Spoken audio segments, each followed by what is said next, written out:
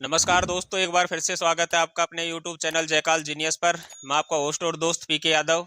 आज हम एक महत्वपूर्ण टॉपिक को लेकर के इस वीडियो में हाजिर हुए हैं। आज का हमारा इस वीडियो का टॉपिक रहेगा कि यूनिफाइड पेंशन स्कीम में क्या है कर्मचारियों की डिमांड और यूपीएस में कौन से सुधार हैं जरूरी, जाने कर्मचारियों की वो तीन प्रमुख मांगे जहां फंसा है पेच।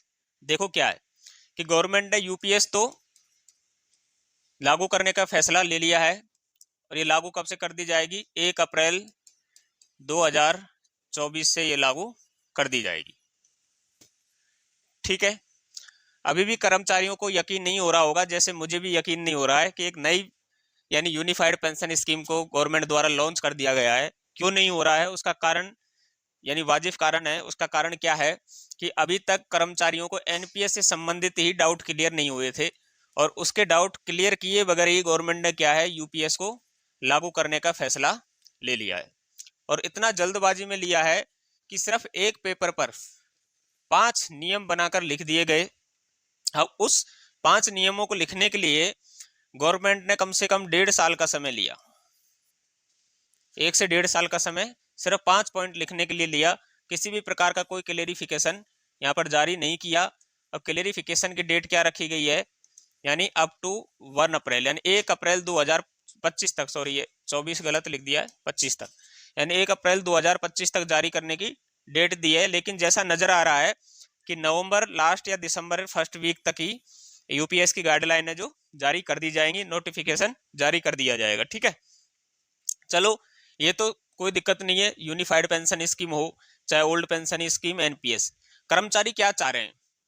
यूपीएस अगर देखा जाए तो एनपीएस से थोड़ी अच्छी है, लेकिन ओपीएस से यानी बहुत ज्यादा इसके अंदर यानी कि नुकसान कर्मचारी को दिखाई दे रहे हैं। वो क्या है? तो देखो, सबसे पहले मैं बात करूंगा कि कर्मचारी की डिमांड क्या है और गवर्नमेंट को इस पेंशन के अंदर सुधार भी करने जरूरी है। क्योंकि क्यों जरूरी है कि भाई आप कर्मचारी हैं जो आपके लिए यानी वर्ष भर जब भी आपको काम करना आपको काम लेना होता है तो कर्मचारी से आप 8 घंटे 12 घंटे तक काम आप ले रहे हो, तो कर्मचारियों का हितों का लाभ भी कौन देखेगी? गवर्नमेंट का ही कार्य है वो भी। ठीक है, अब ये तो है नहीं कि गवर्नमेंट उनसे काम ले लेगी और उनके जो हितों का लाभ कोई दूसरा अन्य संगठन कोई रखेगा। ठीक है, तो आपके कर्मचारी हैं तो कर्मचारी आपके ऊपर डिपेंडेंट है। तो आप सबसे पहले कर्मचारियों का हित और लाभ देखोगे, तभी उनके मन में भावना आएगी अच्छे कार्य करने की। ठीक है, 8 घंटे की जगह वो 12 घंटे की ड्यूटी करने को तैयार कर्मचारी होता है, तो आपको उनके हितों के बारे में गवर्नमेंट को ध्यान रखना चाहिए। ठीक है, और ये मेरा मानना नहीं है, ये अच्छे से यानी बड़े बड़े यानी इकोनॉमिस्ट का मानना है कि यदि कर्मचारी है जो मान लो कार्य कर रहा है तो उसका पूरा मेहनताना उसको मिलना चाहिए। ठीक है, तो अभी कर्मचारियों की डिमांड क्या है? देखो, पहली डिमांड तो सरकारी कर्मचारियों की यह है कि जो 25 साल जो वीआरएस की उम्र रखी गई है उसको घटाकर कितना किया जाए?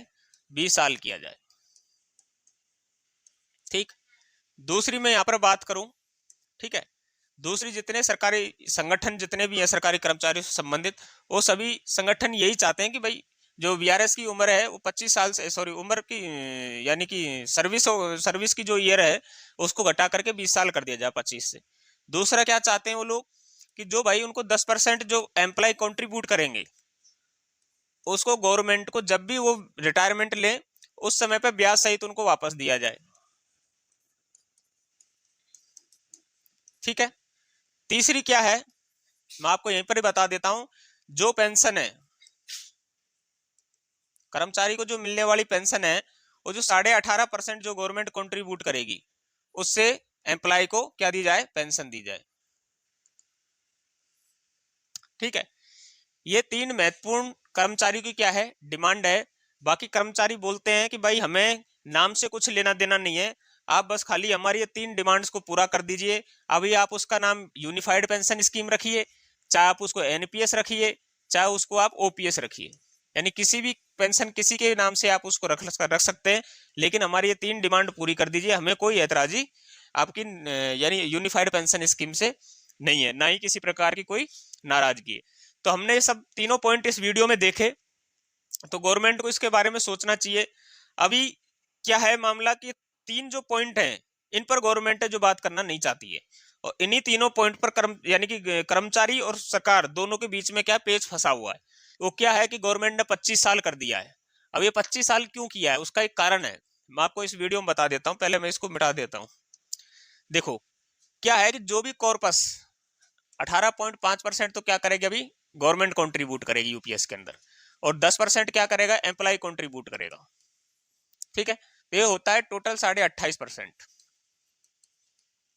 अगर ये 28.5% अगर हम दोनों के अगर कंट्रीब्यूशन को मिला करके अगर मान लीजिए हम किसी फंड के अंदर जमा करते हैं और वो फंड 10% का सीएजीआर से रिटर्न देता है, कितने से 10% का ब्याज देता है। सीएजीआर का मतलब आप समझ लीजिए हर साल 10% का अगर वो ब्याज देता है, तो गवर्नमेंट ने कितनी अच्छी कैलकुलेशन की है कि 25 साल के बाद में इतना पैसा जमा हो जाएगा कि गवर्नमेंट को 1 रुपया भी सरकारी कर्मचारी को अपनी जेब से नहीं देना पड़ेगा।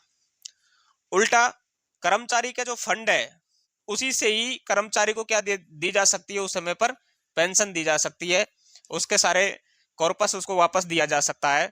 ठीक है, ये सारी कैलकुलेशन इस प्रकार से की है 25 साल के हिसाब से कि इसके अंदर कर्मचारी को यानी कि सरकार को अपना एक भी पैसा किसको नहीं देना पड़ेगा, गवर्नमेंट एम्प्लॉय को नहीं देना पड़ेगा, और उसकी लास्ट 12 महीने की जो औसत सैलरी है उसका 50% पेंशन भी गवर्नमेंट दे सकती है। पहला पॉइंट हो गया। दूसरा पॉइंट हमने लिया था कि भाई ये जो 10% जो पैसा है अगर गवर्नमेंट ब्याज सहित दे देगी तो गवर्नमेंट को क्या है अपना जो 18.5% जो हिस्सा बचा हुआ है यदि उससे यदि पेंशन देती है 25 साल के बाद तो गवर्नमेंट को क्या करना पड़ेगा, अपना सारांश में से देना पड़ेगा जो गवर्नमेंट है जो नहीं देना चाहती है।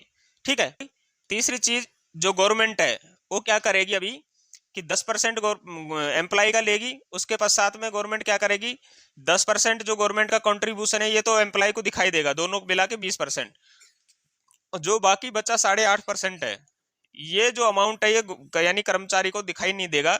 ये गवर्नमेंट है जो इसके रिटर्न को मैनेज करने के लिए 8.5% का क्या है खुद इन्वेस्टमेंट करेगी कर्मचारी के बिहाफ पर, जो हमें वो दिखाई नहीं देगा। हम खाली इसी पैसे को ट्रैक कर सकते हैं, यानी 10+10% को हम ट्रैक कर पाएंगे कि हमारा कितना कॉर्पस इकट्ठा हो चुका है। ये 8.5% कॉर्पस है, इसको हम क्या नहीं कर सकते, ट्रैक नहीं कर सकते। इसलिए कहीं ना कहीं गवर्नमेंट है जो कर्मचारी के हितों का यानी कि ध्यान नहीं रख रही है, कर्मचारी के हितों को मारा जा रहा है। ठीक है, तो इस प्रकार से कर्मचारी और सरकार के बीच में एक पेच फंसा हुआ है। मीटिंग पे मीटिंग चल रही है, लेकिन मीटिंग गवर्नमेंट उन्हीं लोगों के साथ में कर रही है जो लोग ओल्ड पेंशन स्कीम का पहले से क्या ले रहे हैं, बेनिफिट ले रहे हैं। ओल्ड पेंशन स्कीम का जो लोग पहले से बेनिफिट ले रहे हैं उन्हीं लोगों को मीटिंग में बुलाया गया, और अभी भी बुलाया जा रहा है और आने वाले समय पर भी बुलाया जाएगा। ठीक है, कुछ एक जो एम्प्लॉयों के संगठन है जो एनपीएस से संबंधित हैं उन संगठनों को नजरअंदाज किया गया इस पेंशन योजना के अंदर, तो वो लोग चाहते हैं कि हमारी भी इसमें कोई ना कोई भागीदारी हो जिससे हम कर्मचारियों का हितों का हम ध्यान रखें और कैबिनेट के समक्ष हम रखें कि कर्मचारियों के सामने क्या समस्याएं आ रही है। ठीक है, कई एक ऐसी भर्तियां भी होती हैं कि कर्मचारी है जो 25 वर्ष सेवा से पहले ही वो रिटायर कर जाएगा, तो उस कंडीशन में भी किसी प्रकार के कोई प्रावधान स्पष्ट तौर पर अभी इस समय है नहीं। जैसे ही नोटिफिकेशन जारी होगा तो हम सबसे पहले आप लोगों तक यानी कि ये सूचना पहुंचाने की कोशिश करेंगे, यानी कि फर्स्ट में मैं कोशिश करूंगा कि आप लोगों को सूचना मिल जाए जिस दिन ये नोटिफिकेशन जारी होगा। ठीक है, तो मेरे द्वारा दी गई जानकारी अच्छी लगती है तो हमारे चैनल को सब्सक्राइब, वीडियो को लाइक और वीडियो को अधिक से अधिक शेयर करना बिल्कुल ना भूलें, जिससे आपके सभी दोस्तों को इस चैनल के बारे में पता चले कि इस चैनल पर जुनून और ऑथेंटिक जानकारी हमारे द्वारा दी जाती है। ठीक है, तो इस वीडियो को आज इन्हीं शब्दों के साथ मैं करता हूं समाप्त। जय हिंद, जय भारत।